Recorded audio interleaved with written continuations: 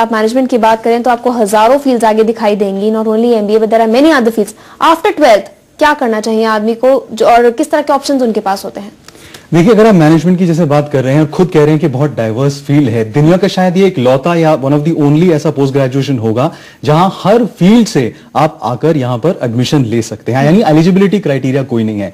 MBA class के अंदर एक इंग्लिश का स्टूडेंट होगा, pol science, geography, history, engineering, Sanskrit, आप कहीं से भी आप कर सकते हैं। इसका मतलब MBA is not about specialisation, MBA is a lot about building your acumen, building your personality, ताकि आप एक अच्छा बिजनेस चला सके या किसी और का बिजनेस उसके बदले चला सके। इस वक्त हमारे संग एक दर्शक जुड़े हैं, गौरव दिल्ली से कुछ पूछना चाहते हैं। गौरव, पूछिए अपना सवाल। एक्चुअली मैम, मेरी सिस्टर ने अभी ग्रेजुएशन कंप्लीट करी है, बीकॉम जी। एमबीए में इंटरेस्ट है उसका, पर आज के टाइम में वो देखती है कि अभी कभी कभी मेरे को वो ऐसा क्वेश्चन करती है कि भाई एमबीए कॉमन हो चुकी है, एमबीए करने वाले मतलब मैंने देखा है सैलरी कम ले रहे हैं, या एमबीए हर जगह कॉमन हो चुकी है, तो थोड़ा सा आप इसका ये कंफ्यूजन बताए दूर करें तो ज्यादा बेटर होगा।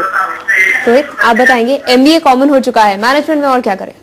देखिए, आप अगर एमबीए की पढ़ाई कर रहे हैं, मैं अपने स्टूडेंट्स को क्लास में ही बताता हूं कि एमबीए में अगर आप मान लीजिए कम से कम 50 किताबें पढ़ते हैं 1 साल या 2 साल के अंदर, और हर किताब में मान लीजिए किसी के 20 वर्ष का अनुभव छुपा है, जैसे आपने किताब पढ़ी पेप्सी टू एप्पल या आपने पढ़ी लिया कोका की किताब, अगर आप मान लीजिए कम से कम 50 किताबें पढ़ते हैं, तो मैं अपने स्टूडेंट्स को कहता हूं कि आप 2 साल बाद लगभग 50 को अगर आप 20 से गुना करें तो 1000 साल के वर्क एक्सपीरियंस से पास आउट हो सकते हैं। आपने बोला कि जॉब्स कम होती जा रही हैं, और सच्चा जवाब यह है कि अगर आप अच्छे हैं, if you are good there is a job for you. आप कितनी मेहनत खुद करते हैं उस पर डिपेंड करता है कि आपकी जॉब कैसी रहेगी। जरूरी नहीं है कि आप एक बहुत अच्छा कॉलेज ज्वाइन कर लें, क्योंकि कॉलेज के ऊपर प्लेसमेंट डिपेंड नहीं करती। प्लेसमेंट डिपेंड करती है आपने कितनी मेहनत की, आपने क्लास में कितनी पढ़ाई की, आपने कितनी किताबें पढ़ी, इसलिए सब कुछ आप पे निर्भर करता है। कॉलेज का जरूर टीचर्स अच्छे होने चाहिए, कोर्स कंटेंट अच्छा होना चाहिए, उसके बाद आपकी मेहनत से डायरेक्ट आपको उसका फल मिल सकता है। बिल्कुल, और जरूरी नहीं है कि जॉब पे ही आप निर्भर रहें, आप अपना बिजनेस भी खोल सकते हैं अगर आप एमबीए कर रहे हैं। इस वक्त हमारे साथ नोएडा से स्वदेश जुड़े हैं, एक और दर्शक हमारे। स्वदेश, पूछिए अपना सवाल। हेलो जी, बोलिए। हाँ, मेरा सवाल है कि simple graduation plus MBA combination अच्छा होता है एक अच्छा मैनेजर बनने के लिए, या बीबीए प्लस एमबीए कॉम्बिनेशन अच्छा होता है, या बीटेक प्लस एमबीए अच्छा कॉम्बिनेशन होता है? क्या करना चाहिए?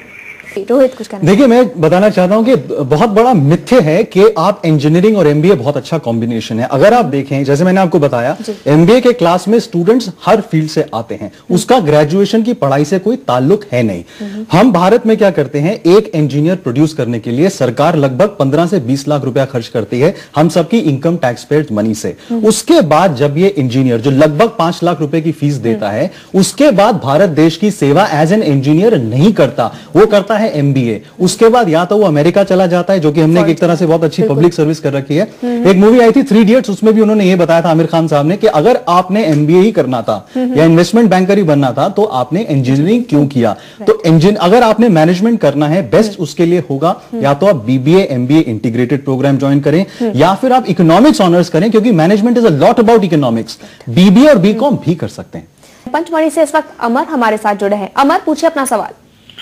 मैम, मैं बीबीए करना चाहता हूँ। मैम, पचमढ़ी एमपी से हूँ, जहाँ अच्छे कॉलेज नहीं मिलते हैं मैम, और हमें यूनिवर्सिटी का उतना नॉलेज नहीं मिल पाता है। तो सर प्लीज आप मुझे यूनिवर्सिटी चूज करने के लिए आप अपनी एक्सपीरियंस शेयर कर सकते हैं sir, please? We were talking about it, कैसे चुनाव करें आप अच्छे स्कूल का? देखिए, मैं ये चाहूंगा कि आप ये सवाल मुझसे ना पूछें, क्योंकि कौन सा कॉलेज अच्छा है कौन सा नहीं, इसका हक वो रखते हैं जो उस कॉलेज में पढ़े हैं। हाँ, बहुत बड़े बड़े खलीफे आते हैं और बोलते हैं वो कॉलेज अच्छे हैं, वो कॉलेज अच्छे नहीं है। देखिए, अगर मैं एडुकेशन की जो रैंकिंग्स होती हैं, जिस तरह से मापा जाता है, और भारत में ही नहीं ग्लोबली एक बहुत बड़ा डिबेट है कि कौन सा कॉलेज अच्छा है कौन सा कॉलेज अच्छा नहीं है। तो अगर आप किसी कॉलेज को चुनना चाहते हैं तो चुनाव इस तरह नहीं कर पाएंगे कि आप कौन से कॉलेज में दौड़ने के लिए ज्यादा मैदान है, कहां का एयर कंडीशनर का किलोवाटेज ज्यादा अच्छा है, या कहां विदेशी खाना उनके कैंटीन में अच्छा मिलता है। टीचर्स और कोर्स कंटेंट, ये 2 ऐसी चीजें हैं जिससे किसी भी इंस्टीट्यूट को जज करना चाहिए। उसके अलावा भारत में क्या होता है, अंडर ग्रेजुएट लेवल पे बहुत ज्यादा मान्यता है गवर्नमेंट रिकॉग्नाइज्ड डिग्रीज की। इसलिए स्टूडेंट्स अक्सर ये चाहते हैं कि गवर्नमेंट इंस्टीट्यूशन हो, क्योंकि उनकी एस्पिरेशन वैल्यू ज्यादा होती है।